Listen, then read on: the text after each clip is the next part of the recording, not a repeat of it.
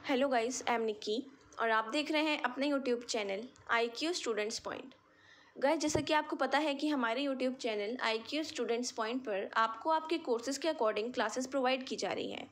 सो आज की जो हमारी क्लास है वो BA program second year fourth semester के जो स्टूडेंट्स हैं BA प्रोग्राम के, ठीक है, उनके लिए है। और इन बच्चों को पता है कि आपकी जो फर्स्ट यूनिट है वो मैंने कंप्लीट करा दी है। अब हम सेकंड यूनिट स्टार्ट कर रहे हैं। सेकंड यूनिट है आपकी शीत युद्ध और शीत युद्ध का मूल, ठीक है। इसको 3 टॉपिक्स में डिवाइड किया गया है। 3 टॉपिक्स में सबसे पहला है दूसरा विश्व युद्ध और शीत युद्ध का दौर। इसमें आप सेकेंड वर्ल्ड वॉर पढ़ोगे और शीत युद्ध क्या मतलब क्या था सिर्फ वो पढ़ोगे। उसके बाद शीत युद्ध के चरण पहला, दूसरा और आगे शीत युद्ध फिर का अंत कैसे हुआ था वो। देन बाद में आप शीत युद्ध का दौर और उभरती शक्तियाँ कि उस दौर में और उसके बाद जो चीन, रूस, जापान, यूरोपीय संघ उभर रहा था वो सारी चीज़ें आप इसमें पढ़ोगे, ठीक है। सो आप लोगों को मैं ये बता देती हूँ कि आपका क्वेश्चन अगर आता है तो वो इन तीनों first, second and third point से मिलाकर क्वेश्चन आएगा, वो अलग अलग नहीं आएगा। बहुत से बहुत अलग आया तो सेकंड वर्ल्ड वॉर आ सकता है कि सेकंड वर्ल्ड वॉर पर लिखो कि वो क्या है, उसके कारण क्या है, वो मैं आपको इस वीडियो में पढ़ा देती हूँ। देन उसके बाद अगर आता है क्वेश्चन तो शीत युद्ध का दौर से लेकर ये सारा आपका मिक्स आएगा, अलग क्वेश्चन नहीं आएगा, ठीक है स्टूडेंट्स। सो आज की जो क्लास है हम स्टार्ट करते हैं। उससे पहले मैं आप लोगों को बता देती हूँ कि आप लोगों का सिलेबस एंड फर्स्ट यूनिट हमने कंप्लीट कर ली है। आपको सब कुछ डिस्क्रिप्शन में प्रोवाइड है, आप वहाँ से जाके देख सकते हैं, ओके। सबसे पहले इंट्रोडक्शन।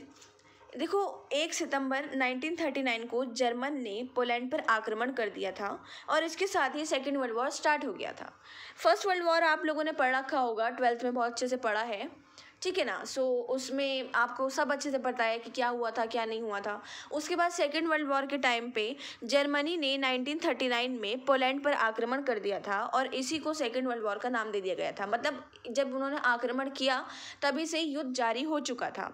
इससे कुछ दिन पहले ही जो दो विरोधी विचार जर्मनी और जो सोवियत संघ है उसने 10 वर्षीय आक्रमण समझौतों पर हस्ताक्षर किया था, ठीक है ना। अब मैं आप लोगों को यहाँ ये भी बता देती हूँ कि जो ये सब कुछ चल रहा था, कोई भी फर्स्ट वर्ल्ड वॉर हो या सेकेंड वर्ल्ड वॉर हो या शीत युद्ध हो, इस सब को स्टार्ट करने से पहले, इन सब को शुरुआत होने से पहले बहुत सारी ट्रेटरीज हुई थी, संधियाँ हुई थी।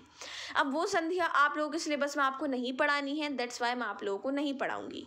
तो इन मतलब जो वो संधियाँ हुई थी, अब हुई भी इतनी सारी थी, बहुत सारी संधियाँ हुई थी कि पढ़ने भी बैठे इंसान तो उसका दिमाग ही घूम जाए कि यार इतनी सारी संधियाँ करने की ज़रूरत ही क्या थी। तो जाहिर है युद्ध तो होना ही होना था। तो आपका फिर ये युद्ध स्टार्ट हुआ।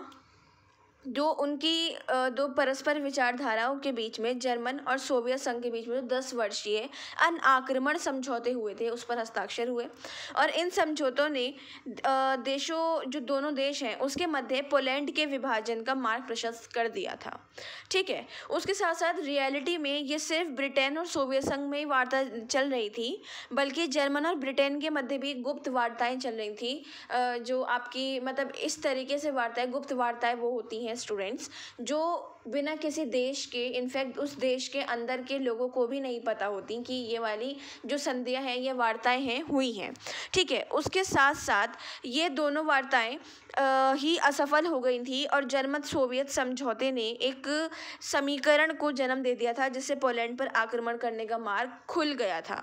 तो इसलिए जर्मनी ने पोलैंड पर आक्रमण 1939 में कर लिया था।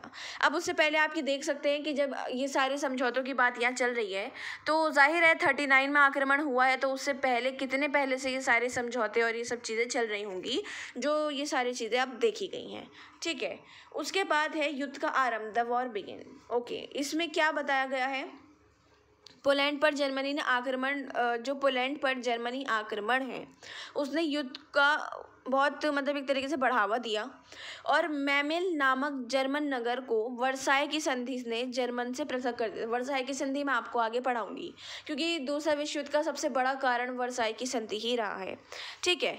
उसके साथ साथ ये भी बताया जाता है कि जर्मन सेना ने 23 मार्च 1939 को जर्मन विदेश मंत्री रिबेंट्रॉप, जोचिम वॉन रिबेंट्रॉप इनका पूरा नाम था, ने बर्लिन स्थित पोलिश राजदूतों को बुलाया जो शर्तें जर्मनी पोलैंड पर थोपना चाहते थे, और वो राजपूत को स्पष्ट शब्दों में बता दी गई थी। ठीक है, सो इसमें आगे ये देखा भी गया कि जर्मन सेना ने जब 1939 में अचानक से मेमेल पर कब्जा कर लिया था, और इससे पहले हिटलर ने लिथुएनिया नामक जगह थी मेमेल में, उसको मतलब ये बोला था, सॉरी मेमेल में नहीं थी, लिथुएनिया नामक एक जगह थी, उसकी मांग की थी, और उन्होंने कहा था मेमेल को वो वापस लौटा देंगे अगर आप लोग हमको वो दोगे तो।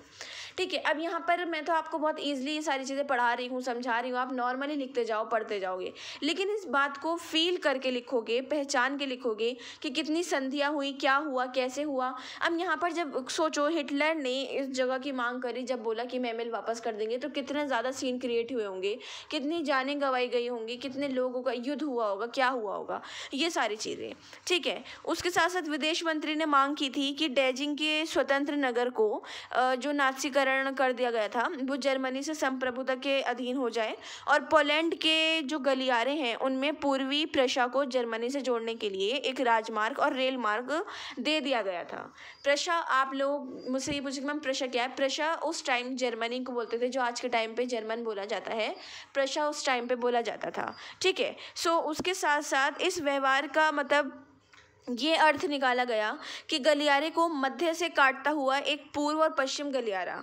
ठीक है, जिस समय पोलैंड के सामने ये मांग रखी गई थी तो उस समय शायद हिटलर ने युद्ध की कल्पना भी नहीं की थी। और आप लोग अगर हिटलर का पढ़ो तो ये आप लोगों को बता दिया जाए कि उस टाइम हिटलर इतने पावरफुल नहीं थे, वो ऐसी कभी सेना में काम करते थे, कभी कहीं कभी कहीं कभी कहीं, ये तो बाद में जाके थोड़ा पावरफुल हुए थे जिन्होंने पूरा वो चलाया था सारा। तो उसके बाद जो ये देखा गया कि इस जो इस समय था पोलैंड में सारी मांगें पेश कर दी गई थी, और हिटलर ने उस टाइम जब युद्ध की कल्पना भी नहीं की थी तो उनको ये आशा थी कि प्रधानमंत्री चैम्बरलेन समझौते की तरह किसी समझौते द्वारा जर्मनी की सभी शर्तों को पूरा कर देंगे, और इस बार ब्रिटिश सरकार ने हिटलर की चाल के सामने ना झुकने का निर्णय ले लिया था, क्योंकि हिटलर पहले भी बहुत चालें चलता था, और चालें चलने के बावजूद ही वो इतना पावरफुल बन पाया था, अदरवाइज वो इतना पावरफुल नहीं था। और साथ में उसके बाद ब्रिटेन ने अपनी शांति मोर्चा की नीति आरंभ कर दी थी, और 31 मार्च 1939 को प्रधानमंत्री चैम्बरलेन ने किसी भी आक्रमण के विरुद्ध पोलैंड की रक्षा की गारंटी की घोषणा कर दी थी कि पोलैंड पर अगर कैसा भी करके आक्रमण होता है, कुछ भी होता है, तो उसके लिए हम पूरी उसकी रक्षा करेंगे, ये हम गारंटी देते हैं। और प्रधानमंत्री चैम्बरलेन ने कहा था कि पोलैंड की स्वतंत्रता के लिए संकट उत्पन्न करने वाली किसी भी कार्रवाई की स्थिति में जिसके विरुद्ध पोलिश सरकार अपने राष्ट्रीय बलों का प्रयोग करेगी वो आवश्यक समझेंगे, ब्रिटेन अपनी सामर्थ्य के अनुसार पोलैंड की हर संभव सहायता देगा। मेनली बात यहाँ पर ये हुई थी। अब इस लड़ाई में जो सेकेंड वर्ल्ड वॉर है इसमें कौन कौन से देश शामिल थे?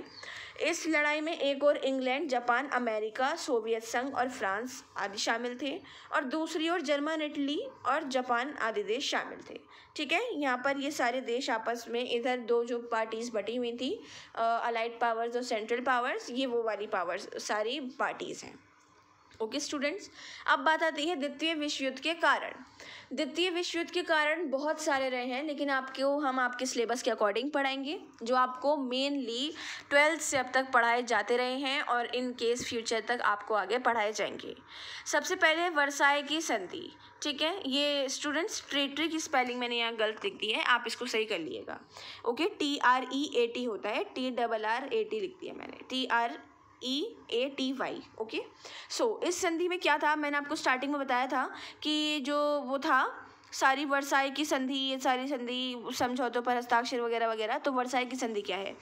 पेरिस शांति सम्मेलन 1999 में हुआ था, और वो एक ऐसी आदर्श, बहुत मतलब एक आदर्श टाइप की वर्ल्ड सिस्टम की स्थापना की कोशिश की गई थी उसमें, जो न्याय, शांति और निरस्त्रीकरण पर आधारित होनी थी, कि बिल्कुल शांतिपूर्वक, बिना अन्याय करे, बिना शस्त्रों का इस्तेमाल करे, एक उस पर आधारित होनी थी। लेकिन सम्मेलन में भाग लेने वाले जो सभी रिप्रेजेंटेटिव थे इन उद्देश्यों के लिए समान रूप से वचनबद्ध बिल्कुल भी नहीं थे। सम्मेलन की जो मुख्य उपलब्धि थी वो वर्साई की संधि, जर्मन पर आरोपित शांति संधि थी, लेकिन आधी शताब्दी तक प्रशा ने फ्रांस को पराजित करके, प्रशा जर्मनी, याद रखिएगा, जर्मनी ने फ्रांस को पराजित करके 1871 में जर्मन साम्राज्य की नींव रखी थी। अब मैं बार बार प्रशा स्टूडेंट्स इसलिए बोल रही हूँ क्योंकि प्रशा ही इसको आपको पढ़ना है, लिखना है। उस टाइम में जो ये 1817 19 की जो बात हो रही है, उस टाइम में प्रशा ही लिखा जाता था, तो आपको अपने पेपर में भी प्रशा ही लिखना है, ठीक है। उसके साथ साथ तब ये फ्रांस लगातार एक डर में अपमान का जीवन व्यतीत कर रहा था। और फर्स्ट वर्ल्ड वॉर में जब जर्मनी की हार हो गई थी, जर्मनी ने आत्मसमर्पण कर लिया था, ये तो आप लोगों को पता है, तो फ्रांस ने अपने अपमान का बदला लेने का सोच लिया था कि भाई अब मैं अपना जो मेरा अपमान हुआ था मैं अपना बदला लूँगा। और पेरिस सम्मेलन में भाग लेने के लिए जर्मन शिष्टमंडल को नगर के बाहरी भाग में जो स्थित एक होटल था वहाँ ठहराया गया था और चारों ओर कांटेदार तार लगा दी गई थी, इतनी सिक्योरिटी लगा दी गई थी और पूरे होटल को पुलिस का उस प्रकार से एक पहरा दे दिया गया था जैसे कि वो जेल हो, ऐसा वो कर दिया गया था, ठीक है। सो उसके साथ साथ जर्मनी जो रिप्रेजेंटेटिव थे उनसे संधि का प्रारूप तैयार करते समय किसी भी लेवल पर परामर्श वो बिल्कुल भी नहीं किया गया था और संधि दोनों पक्षों की वार्ता पर आधारित बिल्कुल भी नहीं थी, ठीक है। वर्साई की संधि में मेनली आपको जो बताया जा रहा है कि इन्होंने एक न्याय दिलाने के लिए निशस्त्रीकरण और शांति के लिए जो संधि बनाई थी वो बिगड़ गई थी। और उसमें भी मतलब जैसे कि जो न्याय के लिए, शांति के लिए बनाई गई है, उसमें भी काफ़ी ज़्यादा मुद्दे वाद विवाद खड़े हुए थे। तो इस वजह से कि सबसे पहला कारण रहा था आपके सेकेंड वर्ल्ड वॉर के स्टार्ट होने का। सेकेंड है विश्व आर्थिक संकट। विश्व आर्थिक संकट, वर्ल्ड इकोनॉमिक क्राइसिस। अब देखो वर्ल्ड इकोनॉमिक क्राइसिस से क्या पता लग रहा है, सीधा सीधा यहाँ पे फर्स्ट वर्ल्ड वॉर के बाद इतना ज़्यादा नुकसान हो गया था, इतना ज़्यादा नुकसान हो गया था कि सेकेंड वर्ल्ड वॉर तक लोग इतना मतलब पनप भी नहीं पाए थे। अंडर डेवलप्ड कंट्रीज़ जो थी, खैर वो तो थर्ड वर्ल्ड जब हुआ था तब आई थी, तो फिर भी एग्जांपल के तौर पे मैंने आपको ये बताया, क्यों बताया, क्योंकि दो पावर्स थी, अलाइड पावर्स और सेंट्रल पावर्स। सेंट्रल पावर्स और अलाइड पावर्स ने फर्स्ट वर्ल्ड वॉर के बाद ठान लिया था कि हमें अपने आप को और पावरफुल करना है और हमें आगे युद्ध लड़ना है, हमें अपनी हार की जो बदला है, हार का बदला वो लेना है, ठीक है। सो विश्व आर्थिक संकट में क्या बताया गया कि अमेरिका का जो वित्तीय संस्थान है उन्होंने 1929 में अचानक से यूरोपीय देशों को दिए जाने वाले ऋण और जो पूंजी निवेश होते हैं उनको बंद कर दिया। इससे आर्थिक संकट बहुत ज़्यादा बढ़ गया था, ठीक है। यूरोप के बहुत सारे देश, स्पेशली जर्मन, अमेरिका धनराशि की सहायता से तेज़ी से औद्योगिक प्रगति कर रहा था कि वो उससे ऋण लेते थे जर्मन वाले और फिर उसके बाद ही उनका कुछ गुजारा वो सब होता था और वो औद्योगिक अपने बहुत ज़्यादा उभार रहा था अपने आप को। अचानक से वो प्रगति बिल्कुल रुक गई थी। आर्थिक संकट का जो सबसे गंभीर रिजल्ट निकला था वो 1930 और 32 में देखने को मिला था। आर्थिक संकट ने ज़्यादा से ज़्यादा देशों की जो अर्थव्यवस्था थी उसको सीधे तौर पे और उल्टे तौर पे दोनों तरीके से रूप से प्रभावित किया था कि जो ज़रूरत की चीज़ लेनी है उस पर भी और जो ना ज़रूरत की चीज़ें हैं उस पे भी। आर्थिक संकट ने बहुत सारे जो मतलब एक तरीके से ऐसा संकट आरंभ कर दिया था जो निरस्त्रीकरण के सभी प्रयास बंद हो गए थे। शस्त्रों की होड़ तेज़ी से हो गई थी कि भाई निरस्त्रीकरण के जो सभी कोशिशें हैं वो बंद कर दी जाएंगी। जाहिर है अब जब आर्थिक संकट बंद हो गया, वेपन्स खरीदने के लिए पैसे नहीं बचे, ना सबमरीन्स आपकी, ना शिप्स, ना कुछ भी नहीं खरीद पाए, तो ज़्यादा से ज़्यादा ना एक अस्त्र शस्त्र खरीदने की होड़ बढ़ गई थी सबके अंदर। बहुत ज़्यादा कोशिशें रहने लगी थी कि भाई कुछ भी करके अब हम कर लें, क्योंकि सबको पता था सेकेंड वर्ल्ड वॉर होगा ही होगा, ठीक है। उसके साथ आर्थिक संकट का सबसे जो गंभीर प्रभाव था वो जर्मनी पर पड़ा था। लगभग 7 लाख व्यक्ति बेरोजगार हो गए थे उस टाइम में और कितने तो ऐसे ही मर गए थे, ठीक है। जर्मनी ने विवश होकर ये घोषणा कर दी थी कि वो भविष्य में कोई भी भुगतान नहीं कर पाएगा और जर्मनी के आर्थिक संकट ने हिटलर की नाज़ी तानाशाही थी उसकी स्थापना में सीधे तौर पर सहायता की थी, ठीक है। उनमें एक वो बढ़ गया था कि भाई अब तो बहुत हो गया, अब बहुत बेइज्जत कर लिया, बिल्कुल सब खत्म कर दिया, 7 लाख लोग मर गए, तो उनके अंदर एक वो हो गई थी कि मेरे पास एक छोटी सी चीज़ आ जाए और मैं इन लोगों को तबाह कर दूं। हिटलर की बात यहाँ पे बता रही हूँ। इस बीच में ब्रिटेन को भी बहुत कठोर उपाय देने पड़े थे और इनमें ब्रिटेन ने एक अपना मतलब परित्याग जो होता है वो शामिल कर लिया था, अबॉन्डिंग द गोल्ड स्टैंडर्ड उसको बोलते हैं। और जापान ने आर्थिक संकट का लाभ उठाकर चीन के मंचूरिया जो प्रांत है उस पर आक्रमण करके जीत हासिल कर ली थी, ठीक है। और क्योंकि चीन उस टाइम पे इतना डेवलप नहीं था, जापान था। और क्योंकि आप लोग एक बार फर्स्ट वर्ल्ड वॉर में भी देखना कौन कौन से देश शामिल थे तो आप लोगों को पता लगेगा कि जापान ने ऐसा क्यों किया था। उसके बाद 32 में मंचूरिया में जब उन्होंने अपना स्थापना कर ली थी, तो उसके बाद प्रोत्साहित होकर इटली में 1935 में अबिसीनिया पर आक्रमण किया गया था। ऐसे ही करते करते ये सारी चीज़ें बहुत ज़्यादा बढ़ गई थी, जिसकी वजह से काफ़ी ज़्यादा प्रॉब्लम्स क्रिएट हो गई थी और आर्थिक संकट इतना ज़्यादा बढ़ गया था कि जाहिर है जब एक जगह पर आप आक्रमण करते रहोगे तो आर्थिक संकट बढ़ना बहुत नॉर्मल सी बात है। तीसरा आता है रोम बर्लिन टोक्यो धुरी। रोम बर्लिन टोक्यो धुरी सबसे इम्पॉर्टेंट मानी जाती है। ये धुरी एक ऐसी धुरी थी, ये एक ऐसी टेरिटरी थी, मान लो मतलब ऐसी एक चीज़ थी जिसने युद्ध को सबसे पहले बढ़ावा दिया था। सबसे पहले जो वर्ल्ड वॉर हुई थी उसके पहले यूरोप 2 विरोधी गुटों में बटा हुआ था। वो प्रक्रिया सेकेंड वर्ल्ड वॉर के रूप में उभर कर सामने आ गई थी। जर्मन, जापान और इटली ने 36 में इंटरनेशनल जो साम्यवाद है उसका समझौता, एंटी कॉमिंटन पैक्ट समझौता किया था और ये साम्यवाद के जो विरोधी फासिस्टवाद देश हैं उसका गठबंधन बहुत अच्छे से बन गया था। उनके जो गठबंधन थे उसको रोम बर्लिन टोक्यो धुरी के नाम से जाना गया और इसका जो स्पष्ट लक्ष्य, जो उनका गोल था, वो साम्राज्यवादी विस्तार को करना था। इन्होंने युद्ध के गौरव पर बल दिया और खुलकर विवाद के शांतिपूर्वक समाधान की निंदा की थी।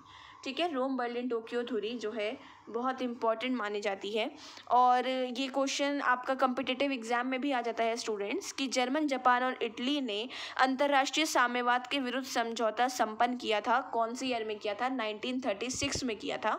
ये बात आप याद रखिएगा। उसके साथ साथ ये भी दिया गया कि पश्चिमी देशों को धमकाया और चीन, ऑस्ट्रिया, चेकोस्लोवाकिया, अल्बेनिया, ये सारी पोलैंड जैसे जो कम शक्तिशाली देश थे उन्होंने साम्राज्यवादी हवस का शिकार बन गए थे कि उनको ये था कि भैया ज़्यादा से ज़्यादा हमारे अंडर में आ जाए तो कोई दिक्कत वाली बात है ही नहीं।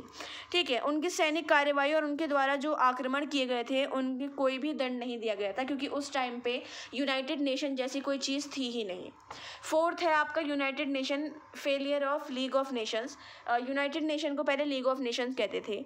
लीग ऑफ नेशन को एक कारण क्यों माना जाता है? क्योंकि बोलते हैं कि अगर उस टाइम पे लीग ऑफ नेशन पावरफुल होती या इसकी कोई वैल्यू होती तो इतना बड़ा युद्ध नहीं होता, क्योंकि सिर्फ आपने देखा आक्रमण करने पर ही 7 लाख एक जगह के लोग मारे गए, बेरोजगार हो गए, तो बाकी जब युद्ध हुआ होगा तो कितनी प्रॉब्लम्स क्रिएट हुई होंगी।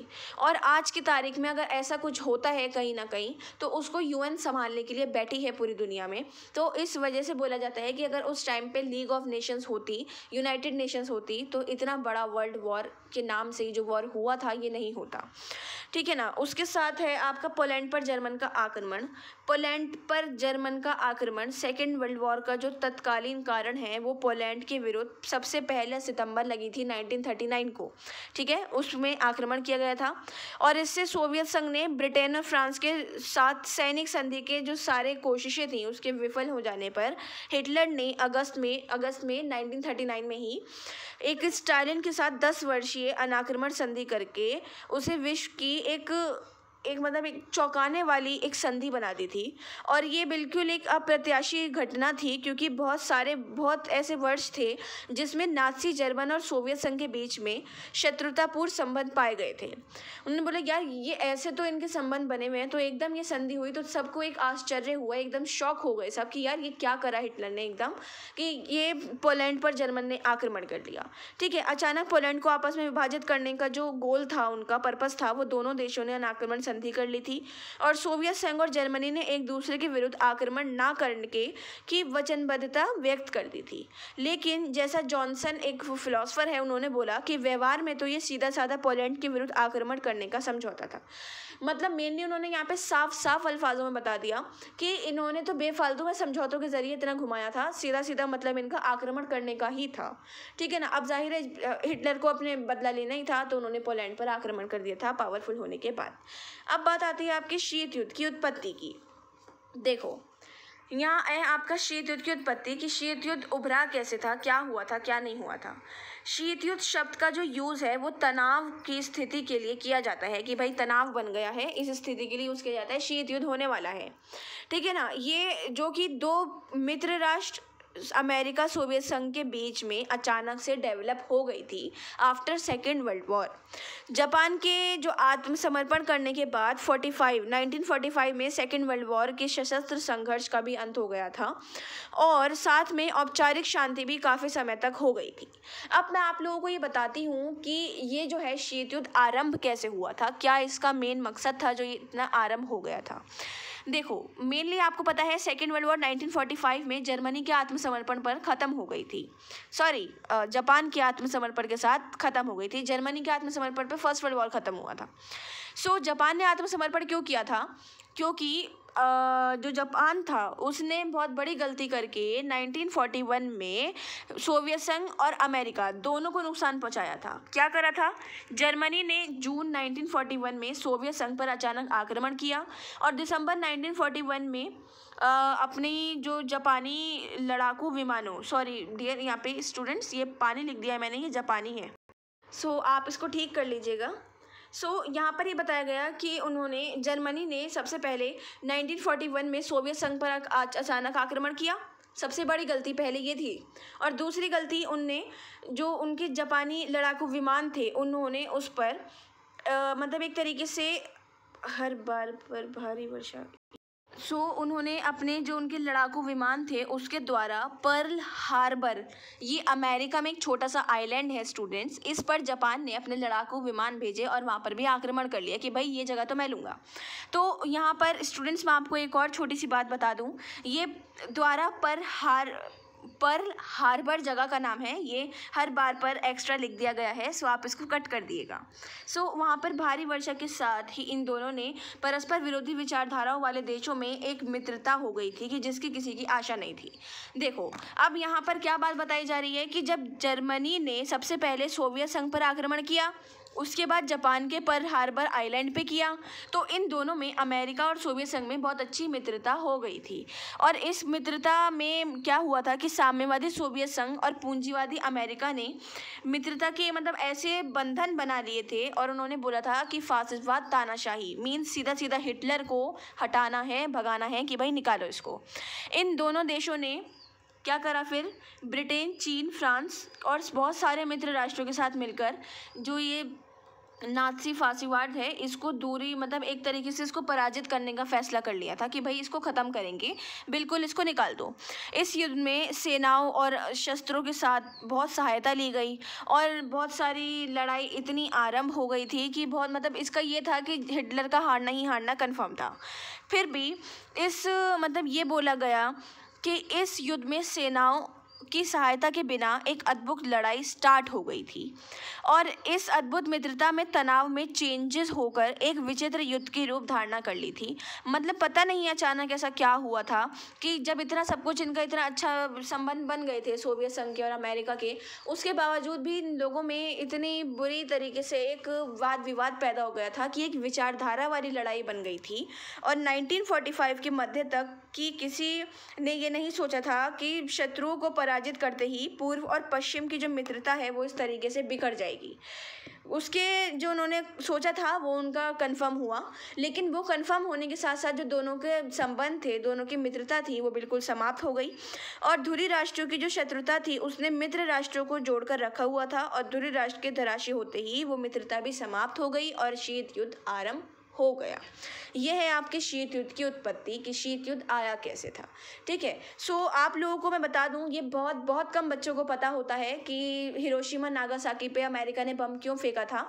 इसलिए ही फेंका था कि जापान ने 1941 में अमेरिका के आइलैंड पर्ल हार्बर पर अपना आक्रमण किया था। छोटा सा, बहुत छोटा सा आइलैंड है, आप मैप में देखना दिखेगा भी नहीं, इतना छोटा सा आइलैंड है। वहाँ पर उन्होंने अपना आक्रमण कर लिया था और ये मेन सारा ये मुद्दा बना था शीत युद्ध की उत्पत्ति का। ओके स्टूडेंट्स, आपका जो फर्स्ट टॉपिक है दूसरा विश्व युद्ध शीत युद्ध का दौर, ये कंप्लीट है। नेक्स्ट क्लास में हम शीत युद्ध के चरण, पहला चरण देतांत और पतन, दूसरा चरण यूएसएसआर का दबना, ये सारी चीज़ें हम पढ़ लेंगे। ओके, आपको मैं बता दूं कि इस वीडियो में लास्ट में पर्ल हार्बर और एक वो जापान का थोड़ा सा दिक्कत हुई थी। अगर आप लोगों को कन्फ्यूजन हो, समझ में नहीं आया हो तो मुझसे कमेंट बॉक्स में हमारे टेलीग्राम चैनल पे पूछ लिएगा। Thanks for the watching and best of luck all.